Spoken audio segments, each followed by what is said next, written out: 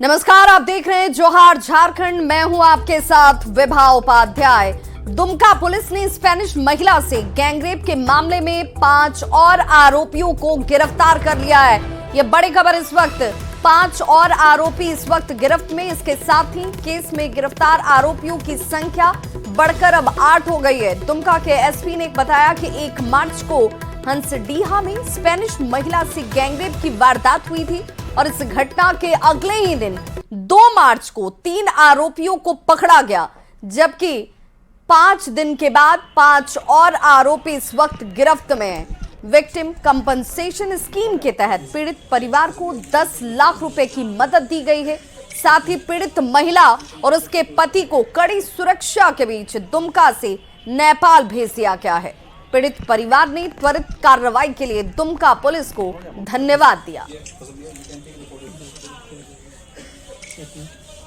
दूसरे दिन ही 2 तारीख को ही हम लोगों ने 3 लोगों को गिरफ्तार किया और काफ़ी लगातार छापामारी अलग अलग टीम बनाकर हम लोगों ने करता रहा और फाइनली उन्होंने अपनी पुनर्बयान दिया। उसमें और भी बातें बताई और लगभग वो अभियुक्तों की कन्फेशन और उनके द्वारा बताए गए बातों से 8 लोगों की पुष्टि हुई। तो कुल मिला के हम लोगों ने आज के डेट में पहले 3 और 5 लोगों को अभी तक गिरफ्तार कर लिया है और कुल घटना में शामिल 8 आरोपियों को हम लोगों ने गिरफ्तार कर लिया है। अब उनको कड़ी से कड़ी सज़ा दिलाना है और उसके लिए हम लोगों ने फॉरेंसिक टीम से भी सहयोग मांगा है। सीआईडी की टीम ने भी सहयोग कर रहा है और साथ ही साथ सारे एविडेंस हैं, वैज्ञानिक एविडेंस और फोरेंसिक लैब के द्वारा एविडेंस और भी जो भी इसमें वैज्ञानिक तरीके से अनुसंधान हो रहा है, बढ़िया डायरी लिखकर उन्हें कड़ी से कड़ी सजा दिलाना हम लोग का पहला कर्तव्य है। पूर्व मुख्यमंत्री हेमंत सोरेन की पत्नी कल्पना सोरेन गांडे से जेएमएम की उम्मीदवार होंगी। जेएमएम ने इसका ऐलान कर दिया और जेएमएम की इस घोषणा पर बीजेपी ने जोरदार चुटकी ली। जिंदाबाद जिंदाबाद जिंदाबाद जिंदाबाद जिंदाबाद जिंदाबाद जिंदाबाद। सोरेन परिवार की छोटी बहू कल्पना सोरेन गांडे में जेएमएम उम्मीदवार होंगी। गिरिडीह के झंडा मैदान में हुई जेएमएम के स्थापना दिवस समारोह के जरिए एक दिन पहले ही उन्होंने राजनीति के मैदान में पहला कदम रखा था। उसी सभा में नम आंखों से उन्होंने कई बार जेएमएम कार्यकर्ताओं को दिलों को कुरीदने की कोशिश भी की थी। आपके समक्ष में खड़ी हूँ बहुत ही भारी मन से। अब जेएमएम की ओर से उन्हें गांडे में उम्मीदवार बनाने का ऐलान कर दिया गया है। उसका तो ऐलान वहां से हो ही गया है कि वो गांडे से चुनाव लड़ेंगी और गांडे की जनता ने भी उस जो कल देखा होगा आपने कि किस तरह का जन सैलाब उमड़ा था गिरिडीह में और उसमें गांडे के भी की जनता थी और उन्होंने जब सरफराज अहमद जी ने वहां मंच से पूछा कि क्या आपको स्वीकार है तो सबने हाथ उठाकर पूरे जोश के साथ सबने साथ दिया कि हाँ हम लोग इनको अपने विधायक के रूप में चाहते हैं। चाहे वो कल्पना सोरेन जी के आंसू हों, चाहे हम जैसे कार्यकर्ताओं के आंसू हों, चाहे झारखंडी अवाम के आंसू हों, हर एक आंसू की कीमत चुकानी पड़ेगी आने वाले चुनाव में। तमाम झारखंडी कमर कर चुका है और इनको इनकी राजनीतिक औकात बताने का अब समय आ गया है। सभी लोग अब मुस्तैद हैं और चुनाव का इंतजार कर रहे हैं। इस साल की शुरुआत में झारखंड में मची सियासी उथल पुथल के बीच 1 जनवरी को गांडे के जेएमएम विधायक सरफराज अहमद ने इस्तीफा दे दिया था। उस समय इस्तीफे के पीछे उन्होंने निजी कारण बताया था। तभी से गांडे से कल्पना सोरेन के चुनाव लड़ने की अटकलें लगाई जा रही थी। अब जेएमएम की ओर से इसकी पुष्टि कर दी गई है। इस पर बीजेपी ने चुटकी ली है। यही झामुमू है जो सरासर झूठ बोलता था कि नहीं वो तो उन्होंने अपने कारणों से छोड़ा है और ऐसी कोई बात नहीं है। लेकिन आज सच्चाई उजागर हो गई। आज महुआ माझी जी देर से ही सही लेकिन सच को उन्होंने कबूल कर लिया कि यह सीट कल्पना सोरेन जी के लिए खाली कराया गया था। अगर झारखंड मुक्ति मोर्चा ये कहती है कि कल्पना सोरेन जी को वो सामने ला करके वो चुनाव में कुछ इम्पैक्ट करेगी तो ये मेरे अकॉर्डिंग ऐसा कुछ नहीं होने वाला है, क्योंकि जनता को सब कुछ पता है कि वो लोग सिर्फ एक इमोशनल कार्ड खेल रहे हैं। आदिवासी और मुस्लिम बहुल गांडे सीट को जेएमएम के लिए बेहद सेफ माना जाता रहा है। साल 1985 से लेकर 2019 के बीच 5 बार इसी सीट पर जेएमएम का कब्जा रहा है। संजय सिन्हा, न्यूज़ 18, रांची। बीजेपी प्रवक्ता प्रतुल शाहदेव ने झारखंड मुक्ति मोर्चा पर जोरदार निशाना साधा है। जेएमएम ने लोकसभा चुनाव में विनिंग कैंडिडेट को टिकट देने की बात कही थी। इस पर चुटकी लेते हुए प्रतुल शाहदेव ने कहा कि जेएमएम के पास विनिंग कैंडिडेट ही नहीं है तो भला वो किसे चुनाव में उतारेगी। पर जिस पार्टी का कैंडिडेट चुनाव जीतने का सबसे ज़्यादा भरोसा दिला सकते हैं उनको दिया जाएगा। मैं उस मीटिंग में थी, मैंने देखा कि तमाम बड़े लीडर्स सभी पार्टीज़ के जो हैं उसमें ममता दी से लेके माननीय सोनिया जी से लेके अरविंद केजरीवाल जी, उद्धव ठाकरे जी और सब लोग थे। तो उन लोगों का कहना यही था कि जहाँ जिस प्रदेश में जो कैंडिडेट जिस पार्टी का है और उससे वो जीत का एकदम ज़्यादा भरोसा दिला सकते हैं उनको मिलेगा। तो इनके पास तो उम्मीदवारों का टोटा है। हमें तो ये खबरें मिल रही हैं कि उम्मीदवार चुनाव लड़ने से परहेज कर रहे हैं क्योंकि प्रचंड सुनामी चल रही है मोदी जी के 400 पार के नारे के समर्थन में। तो जिस गठबंधन के पास उम्मीदवारों की कमी हो, लोग चुनाव लड़ने से भाग रहे हो, और भागे भी क्यों नहीं, डूबती नाव में सवारी करना कौन चाहता है।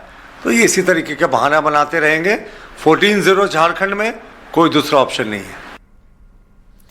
झारखंड प्रदेश कांग्रेस अध्यक्ष राजेश ठाकुर ने बीजेपी पर निशाना साधा है। रांची में उन्होंने कहा कि कांग्रेस नेताओं को शामिल कराकर बीजेपी उम्मीदवार बना रही है और अपनी पीठ थपथपा रही है। पर भ्रष्टाचार की दुहाई देने वाली बीजेपी भ्रष्टाचार के आरोपी को क्यों अपनी पार्टी में ले रही है, ये भी जवाब देना होगा।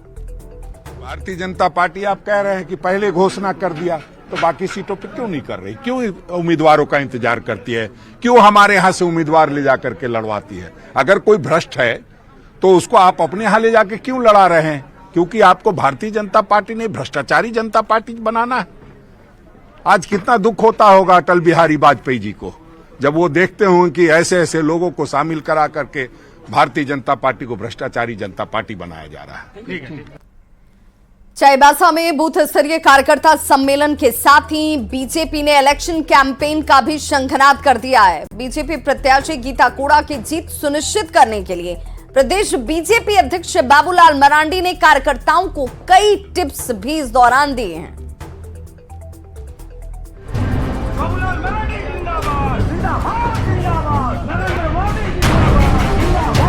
चाईबासा की खूटकट्टी ग्राउंड में कार्यकर्ताओं की भारी भीड़ के बीच बीजेपी ने इलेक्शन कैंपेन का शंखनाद कर दिया। बीजेपी उम्मीदवार गीता कोड़ा की मौजूदगी में पार्टी के प्रदेश अध्यक्ष बाबूलाल मरांडी ने कार्यकर्ताओं को जीत का मंत्र दिया और कहा कि सिंहभूम में जीत के साथ ही केंद्र में तीसरी बार मोदी सरकार की वापसी तय है। पश्चिम सिंहभूम का जो लोकसभा क्षेत्र है इसको हमें धूमधाम से जीतना है और काफी वोटों के अंतर से हमें इस सीट को जीतना है ताकि देश के प्रधानमंत्री नरेंद्र मोदी जी फिर एक बार देश के प्रधानमंत्री बने। उसमें से आपकी सिंहभूम क्षेत्र का भी योगदान हो, यहाँ से भी कमल खिले, इसकी हम सब लोगों को मेहनत करना है, सबको प्रयास। बीजेपी की परंपरागत सीट मानी जाने वाली सिंहभूम में पिछली बार मोदी लहर के बावजूद कांग्रेस उम्मीदवार गीता कोड़ा ने जीत दर्ज की थी और तब बीजेपी प्रत्याशी लक्ष्मण गिलुआ हार गए थे। इस बार गीता कोड़ा ने कांग्रेस छोड़कर बीजेपी का दामन थाम लिया और कुछ दिन बाद उन्हें बीजेपी प्रत्याशी बनाने का ऐलान कर दिया गया। ऐसे में बीजेपी उम्मीदवार बनने के साथ ही गीता कोड़ा ने भी चुनाव प्रचार की बागडोर थाम ली और बीजेपी की सरकार बनाने के लिए कार्यकर्ताओं में जोश भरने की पूरी कोशिश की। जो हम लोगों को लक्ष्य दिया गया है इसे प्राप्त करना कितना जरूरी है, यह समय की मांग है, ये झारखंड प्रदेश की मांग है कि हमें यहाँ से एक कमल का फूल आदरणीय मोदी जी को समर्पित करना है। भारतीय जनता पार्टी के एक एक कार्यकर्ता आज से ही बूथ पर लग जाए क्योंकि ये कोई और नहीं कर सकता। सिंहभूम की बीजेपी उम्मीदवार गीता कोड़ा ने चुनावी अभियान की शुरुआत कर दी है, पर उनके मुकाबले महागठबंधन से कौन सा उम्मीदवार होगा इसका फैसला अब तक नहीं हो सका है। रुपेश प्रधान, न्यूज़ 18, चाईबासा। मोदी परिवार पर जेएमएम ने जोरदार निशाना साधा है। जेएमएम प्रवक्ता सुप्रियो भट्टाचार्य ने प्रेस कॉन्फ्रेंस किया और कहा कि भ्रष्टाचार की बात करने वाली बीजेपी ने कोड़ा से आखिर हाथ क्यों मिला लिया। उन्होंने दावा किया कि आने वाले चुनाव में झारखंड की जनता बीजेपी को करारा जवाब देगी। के लोग, आपको तो गर्व से कहना चाहिए कि अंबानी मेरे परिवार के लोग, तो आप छुपा क्यों रहे हैं? क्योंकि हम जानते हैं कि आपके परिवार के लोग जिन्होंने कभी गुल्ली डंडा नहीं खेला, वो भारत का जो सबसे धनी स्पोर्ट्स अथॉरिटी है, स्पोर्ट्स बॉडी है, उसका सर्वे सर्वा बनकर बैठा है। गठबंधन का स्वरूप हम लोगों का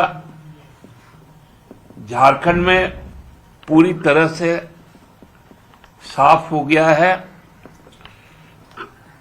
जैसे ही अधिसूचना जारी होगी, इसकी औपचारिक घोषणा होगी। राज्यसभा का भी चुनाव होना है।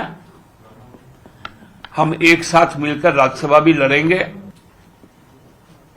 एक लड़ने वाला परिवार और एक डरने वाला परिवार। मोदी का परिवार डरने वाला परिवार, सोरेन परिवार लड़ने वाला परिवार। ये परिवार की लड़ाई होगी और यकीनन जो जनता का परिवार होगा इस निर्वाचन में, वो विजयी होगा। तो झारखंड में 6 आईएएस अफसरों का ट्रांसफर कर दिया गया है। अजय सिंह को स्वास्थ्य विभाग का प्रधान सचिव बनाया गया है, जबकि मुख्यमंत्री के प्रधान सचिव रहे विनय चौबे को पंचायती राज में भेजा गया है। अबू बकर सिद्दीकी खान विभाग के सचिव बनाए गए हैं। तो अबू बकर सिद्दीकी खान विभाग के सचिव बन चुके हैं, जबकि प्रवीण टोप्पो को उद्योग विभाग का अतिरिक्त प्रभार दिया गया है। चंद्रशेखर को ग्रामीण कार्य विभाग का अतिरिक्त प्रभार सौंपा गया है, जबकि जितेंद्र सिंह को कृषि विभाग का सचिव बनाया गया है।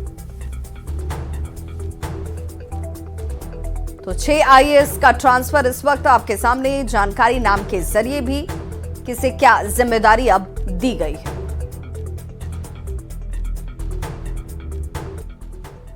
तो वहीं साहिबगंज के चांद शहर पंचायत में अगलगी में 5 घर जलकर राख हो गए, जिनमें लाखों की संपत्ति जलकर खाक हो चुकी है। यह कहा जा रहा है कि बिजली के तार से हुए शॉर्ट सर्किट से एक घर में आग लगी और देखते ही देखते इस आग ने दूसरे घरों को भी अपनी चपेट में ले लिया। हालांकि ग्रामीणों ने सूझबूझ दिखाई और आग पर काबू पाया जा सका, लेकिन तब तक इन घरों में लाखों का नुकसान हो चुका था। 45 रुपया चावल था, 8-10 मन चावल था, 2-3 मन धनिया था, 1-1.5 क्विंटल गेहूं था। बकरा बकरी भी जला क्या? एक मुर्गी जला। मुर्गी जला? हमारा मुर्गी जला है। कितना था मुर्गी लगभग? एक मरा है। अच्छा, एक मरा। आपके साथ साथ और किनका किनका घर जला है? किरावत का।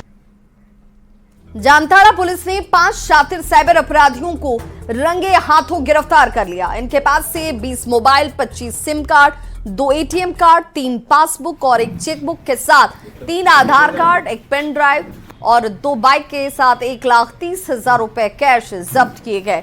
ये सभी अपराधी व्हाट्सएप स्क्रीन शेयरिंग के जरिए भोले भाले ग्राहकों से साइबर ठगी कर रहे थे। उनमें साइबर अपराध करते हुए 5 साइबर क्रिमिनल पकड़े गए, जिनके नाम इस प्रकार हैं: सागर मंडल, शिवा दास, नईमुद्दीन अंसारी, अहमद अंसारी, अशरफ अंसारी। इनके पास से बरामदगी जो है 20 mobile, 25 SIM, ATM card 2, passbook 3, chequebook और फिर नकद 1,30,000 रुपये, मोटरसाइकिल और पैन कार्ड वगैरह है। इनका जो मोडस ऑपरेंडी था, ये जो है अलग अलग लोगों को अलग अलग तरीके से ठगी करते थे। झारखंड हाईकोर्ट ने झारखंड विधानसभा में हुए नियुक्ति घोटाले को लेकर जवाब तलब किया है। सुनवाई के दौरान राज्य सरकार ने कोर्ट को बताया कि मामले की जांच रिपोर्ट को कैबिनेट के सामने रखा गया है, पर कैबिनेट ने कोई फैसला नहीं लिया। राज्य सरकार के जवाब पर नाराजगी जाहिर करते हुए हाईकोर्ट ने शपथ पत्र दायर करने को कहा है। 20 मार्च को इस पर अब अगली सुनवाई होगी। कि जांच रिपोर्ट कैबिनेट के समक्ष प्रस्तुत की गई है, परंतु कैबिनेट ने अभी तक इस पर कोई निर्णय नहीं लिया है। इस पर माननीय न्यायालय ने राज्य सरकार को निर्देश दिया है कि 20 मार्च से पूर्व इस मामले में विस्तृत एवं बिंदुवार जवाब शपथ पत्र के माध्यम से दाखिल करें। इस मामले की विस्तृत सुनवाई 20 मार्च को की जाएगी। झारखंड के मुख्यमंत्री चांपाई सोरेन कल 4 नई योजनाओं का शुभारंभ करने वाले हैं, जिनमें सामाजिक सुरक्षा विभाग के सचिव मनोज कुमार ने एक प्रेस कॉन्फ्रेंस करके बताया कि कल खेलगांव में समारोह का आयोजन किया जाएगा, जिसमें वृद्धावस्था पेंशन और विधवा पुनर्विवाह प्रोत्साहन जैसी योजनाएं शामिल हैं। अब 50 साल की उम्र वाले लाभुकों को वृद्धावस्था पेंशन दी जाएगी और इसके तहत 26 लाख से ज्यादा लाभुकों को पेंशन हासिल होगा, जबकि विधवा पुनर्विवाह प्रोत्साहन योजना के तहत पुनर्विवाह करने पर विधवाओं को 2 लाख रुपए तक की सहायता राशि दी जाएगी। तो 50 साल की महिलाओं के लिए, SC/ST के लोगों के लिए 50 साल से ज़्यादा जो किसी का हो गया है उनको 1000 रुपये प्रति माह के हिसाब से पेंशन दिया जाएगा। एक दूसरी योजना है राज्य विधवा पुनर्विवाह प्रोत्साहन योजना। ये बहुत ही एक यूनिक टाइप की योजना है। पूरे देश में ये पहली बार झारखंड में लॉन्च किया जा रहा है और आत्मसम्मान के साथ आगे की जिंदगी जिए, उसके लिए विधवा पुनर्विवाह योजना को लाया गया है और उसके तहत 2 लाख रुपया 2 लाख रुपया उन्हें दिया जाएगा और उन्हें पुनर्वासित करते हुए आगे की जिंदगी अपने आत्मबल बढ़ाते हुए कॉन्फिडेंस के साथ समाज में मेन स्ट्रीम में रख के वो जी सकें। धनबाद के जालान अस्पताल में नवजात की मौत से नाराज परिजनों ने जमकर हंगामा किया। साथ ही गलत बिल बनाने और नवजात के शव को बंधक बनाने का भी आरोप लगाया गया। सांस लेने में तकलीफ होने पर नवजात को 29 तारीख को अस्पताल में भर्ती कराया गया था। 2 तारीख तक 40,000 रुपए का बिल बनाया गया। इसी बीच बच्चे की मौत हो गई। फाइनल बिल बढ़कर 66,000 रुपए हो गया। प्रबंधन ने बिल नहीं चुकाने पर नवजात के शव को देने से ही इनकार कर दिया। इस पर परिजनों ने नाराजगी जाहिर की। हालांकि अस्पताल प्रबंधन ने इन आरोपों को गलत बताया है। कल क्या हुआ है? कल तो मेरा बच्चा डेथ कर गया 2 बजे। कल रात का भी डॉक्टर चार्ज जोड़ लिया है शाम का। अब बताइए मरा हुआ बच्चा का जो कंसल्टेंट चार्ज हम लोग दे डॉक्टर का, ये सब है। बेड चार्ज जो हम लोग क्या लगता है कि जो है इलाज में लापरवाही है? इलाज में लापरवाही ये लोग जो भी है, लेकिन वो तो मेडिकल वाला चीज तो हम लोग नहीं बता पाएंगे कि कैसे इलाज क्या है, लेकिन यहाँ पे सर लूट हो रहा है। गब्बर इज बैक है क्या? ना एकदम यहाँ पे गब्बर का जरूरत है। 2-4 डॉक्टर को ऐसे लटकाएगा तब जाके सुधरे। हो सकता है ऐसा, आप सोचिए। हम लोग ऐसा तो नहीं, हमारे यहाँ तो सारा काम हुआ है। नहीं होता काम तब फिर बात अलग होती है। नहीं है, देखिए ये इसके पहले वो पहले हवा बना रहे हैं और ऐसे इस तरह का हमारे यहाँ कोई सिस्टम नहीं है। हमारे यहाँ जो भी होता है इस तरह का, कभी कभार इस तरह का भी केस आया है जो बिल किसी का ज़्यादा है वो तुरंत में देने को सक्षम नहीं है, तो उसका हम लोग अल्टरनेटिव बंदोबस्त करते हैं और उसके बाद 100 को रोका नहीं जाता है कभी भी। देवघर में शिव बारात निकालने की तैयारी जोर शोर से की जा रही है। जी हां, डीसी विशाल सागर और एसपी अजीत पीटर डुंगडुंग ने रूट लाइन का जायजा भी लिया। साथ ही टावर चौक से लेकर सिंह द्वार तक आने जाने वाले रास्ते का मुआयना भी किया गया। दोनों अफसरों ने विभागीय अधिकारियों को कई निर्देश भी दिए। इसके साथ ही साफ सफाई को लेकर भी जरूरी दिशा निर्देश दिए गए।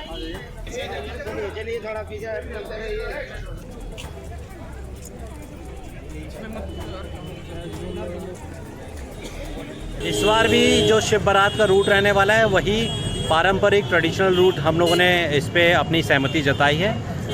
शिव बारात आयोजन समिति के ऑफिस बेयरर्स के साथ में जब बैठक की गई थी तो इस बात से पहले ही निर्णय हो चुका है कि जो हमेशा से रूट रहा है ट्रेडिशनली, उसी रूट पे इस बार शिव बारात निकलेगी। तो KKN स्टेडियम के बाद में बाजला चौक होते हुए फिर रॉयल कंपनी चौक, उसके बाद में टावर चौक और टावर चौक के बाद में फिर जो हमारा मार्केट वाला एरिया उसमें शिव बारात जाएगी। और जो हम लोग फोर्स रिक्वायरमेंट है वो हम लोग प्लेस कर दिए हैं, उतना फोर्स हम लोग को मिल जा रहा है और जो लास्ट टाइम का क्वांटम था उसी क्वांटम में हम लोग मांगे हैं, बल्कि पिछले वर्ष से ज़्यादा ही फोर्स मिल रहा है हम लोग को। तो सुरक्षा की दिक्कत नहीं होनी चाहिए और हम लोग सुरक्षा के अलावा साथ में जो DC साहब के सौजन्य से जो फोर्स मल्टीप्लाई के रूप में बैकअप कैमरा एंड्स में लगाए जा रहे हैं प्लस ड्रोन्स लगाए जा रहे हैं, वो हमारे लिए फ़ायदेमंद है। तो इस बुलेटिन में बस इतना ही, लेकिन न्यूज़ 18 बिहार झारखंड पर खबरों का सिलसिला लगातार जारी है।